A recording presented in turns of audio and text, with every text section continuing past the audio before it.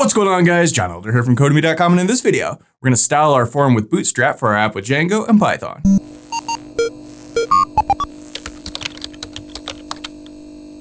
Alright guys, like I said, in this video, we're going to style our form with Bootstrap. But before we get started, if you like this video and want to see more like it, be sure to smash the like button below, subscribe to the channel, give me a thumbs up for the YouTube algorithm, and check out codemy.com where I have dozens of courses with hundreds of videos that teach you to code. Use coupon code YouTube1 to get $30 off memberships, all my courses, videos, and books for one-time fee at just $49, which is insanely cheap. Okay, like I said, in this video, we're going to make this form look a little bit nicer. Remember in the last video, we set this thing up and it sort of looked like this, kind of janky, everything's sort of smushed together, and it's not great. In this video, we're going to make it look a little nicer using Bootstrap. Now, the thing about this is a form that's generated by Django, so it's kind of tricky to style. You can't just change the HTML like you normally would with a form. We have to do some stuff on the back end, and that's what we're going to look at in this video. So let's head over to our code. I'm using the Sublime Text Editor and the Git Bash terminal as always. And as always, you can find a link to the code in the pinned comment section below, as well as a link to the playlist with all the other Django videos in this series. So check that out if you haven't so far.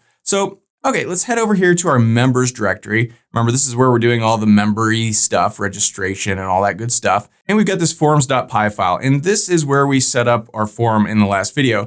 And you remember we sort of extended the form in the last video to add a username, a first name, and a last name. And we did this all here. So this is where we need to make the changes to actually style our form using Bootstrap. And if we go to getbootstrap.com and then click on forms, we've looked at forms in the past here. We can do these form things, and basically to bootstrapify a form, you want to add a class with form control. And if we look through here, we see form label, boom, form control. This is the class that sort of turns forms into Bootstrap forms. So we need to add this class to our form somehow. The problem is, as I said, if we come back over here and look in templates, authenticate, and register user, this is where our form is. And here's the form. Right? So there's no HTML on this page that we can add a class to. So like I said, we have to add a class to the forms.py file. So we can do that right up here. So we'll start with these three. And what we need to do is add something called a widget. And a widget lets us play with things in the form, basically. So we just go widget equals, and this is going to be a forms.email input. And I'll talk about that in just a second. And this is a function. And we're going to use email input because this is an email field. And I'll tell you where I got that in just a second as well. But we also now have to give this attributes. What do we want to do? We want to add a class. So let's add an attribute. That's an attrs, attrs, right? And then we set that equal to, and then we use squiggly brackets. And inside of here, we can sort of create a Python dictionary with exactly what we want to put on the form. So in our case, we want to give this a class. And then Python dictionary, so we add a little colon. And then what do we want to add to the class? A form-control. All right, so if we save this, head back over to our page and hit reload, boom, the email form is bootstrapified. It's stretched out, it's got the nice shape and color, and it highlights and does all the stuff.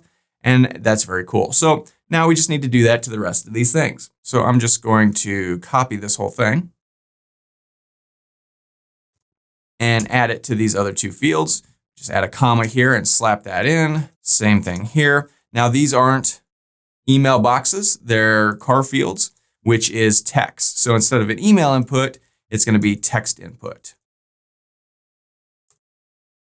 So go ahead and save that, head back over here, hit reload, and boom, now those three are done. So now we have to do these three other ones that we added, and I'll talk about that in just a second. First, I want to talk about this stuff, text input and email input. Where am I getting that? Well, if you head over to the Django documentation and you just come up here and search widgets, I've already done that. And you come to this page, which says widgets here, which there's a URL if you want to look it up. Here you can learn all there is to know about widgets. And this is actually a really useful and interesting page. You can see it's very long, right? But if we sort of come down here, we can see the built-in widgets right here. So here's text input. Here's email input. And you could just go through here. If you've got other things like a password field, you would use password input, right? So if you need something, a hidden field, hidden input, right? Anything you need, you can sort of search through here and find what it is. Text area, that's like a big square box. That's useful. Stuff like that, check boxes, all the things, you can find them listed here, as well as other interesting stuff that you can do with this widget. So I definitely recommend spending a few minutes and reading through this page, or a few hours. Like, there's a lot of stuff here. but it's very interesting and pretty cool. So back to the app. And so now we have username, password 1, and password 2. And these are the things that are sort of created by default when you use a registration form with the Django Authentication system. Remember, we added first name, last name, and email in the last video, right? So how do we get to these? Because these guys, if we look over here, they're not even listed here, right? So how do we use them? Well, we actually have to do a little voodoo, and we need to sort of come down here to do it. So what we need to do is create a whole new function, and it needs to be lined up with this class meta. So inside of our main class, but outside of this thing. So let's define this thing. It's define, and then it's underscore underscore init underscore underscore. Dunder, if some people call it that. So then we want to pass in self, as we usually do. And then we need to pass in some args and quargs. So args and quargs. And I think we've looked at args and quargs in other videos. It's just a Python class type thing where we can pass stuff in. So inside of here, let's go super. And then we want to call the register user form, which is the name of our form. So just paste that in. And then also self. And then we go dot underscore underscore init underscore underscore. And then again, we want to pass in our args and quargs. So I'm just going to copy this and paste that in. Okay, so now inside of this thing, we can designate these other fields and we can add widgets to them, right? So to do that, we just call self.fields. And then what field do we want? Well, we want to start off with username, right? And what do we want to do? We want to add a widget and we want to add attributes. And then what do we want to do? Well, we want to give it a class and we want to give that class of form-control. And that's it. So we could copy this guy and paste it 2 more times.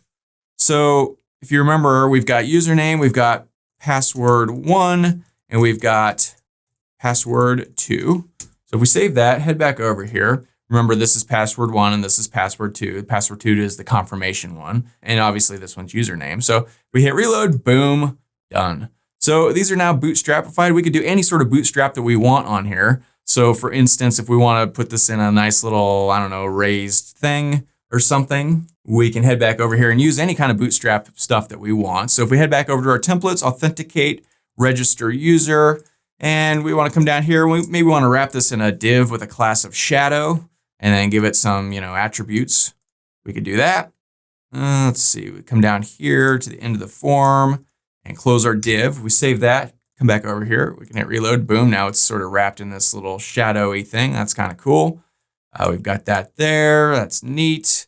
Maybe we want to change the whole background for our entire app to gray.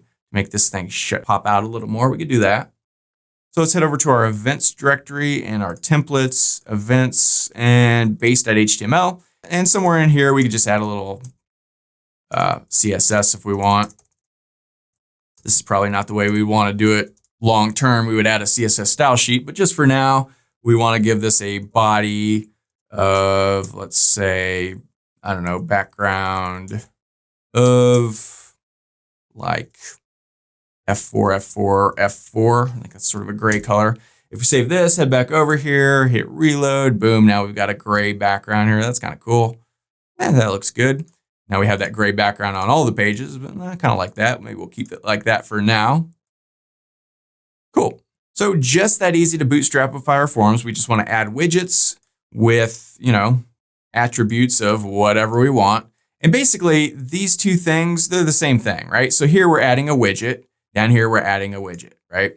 Here, our widget, we're giving it attributes. Here, we're giving it attributes. What attribute are we giving it? We're giving it a class of, up here, form control, down here, form control. So this is the same thing. It's just slightly different ways to do it, right? And we have to do it like this because these are sort of built into the authentication system and these are not. But we're doing basically the same thing. It just looks a little different, but that's all there is to it. So that's all for this video. If you liked it, be sure to smash the like button below, subscribe to the channel, give me a thumbs up for the YouTube algorithm, and check out codemy.com where you can use coupon code YouTube1 to get $30 off membership. So you pay just $49 to access all my courses, over 47 courses, hundreds of videos, and the PDFs of all my best-selling coding books. Join over 150,000 students learning to code just like you.